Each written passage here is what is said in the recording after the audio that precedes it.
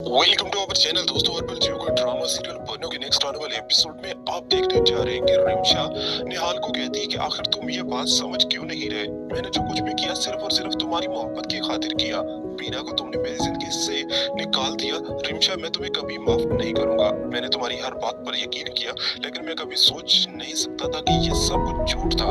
तुमने बीना पर जितने इल्जाम लगाए वो उसमें ऐसी कोई भी बात नहीं थी। बीना ने मुझसे मोहब्बत की और चीख चीख कर कहती रही कि मेरी कोई गलती नहीं। दूसरी तरफ हम अभी देखने जा रहे हैं कि अब सब लोग बीना से माफी मांग रहे हैं, क्योंकि आने वाले एपिसोड में आरफा बेगम को भी अपनी गलती का एहसास हो जाता है कि उसे बीना के साथ ऐसा नहीं करना चाहिए था। वो बीना को कहती है कि मुझे माफ कर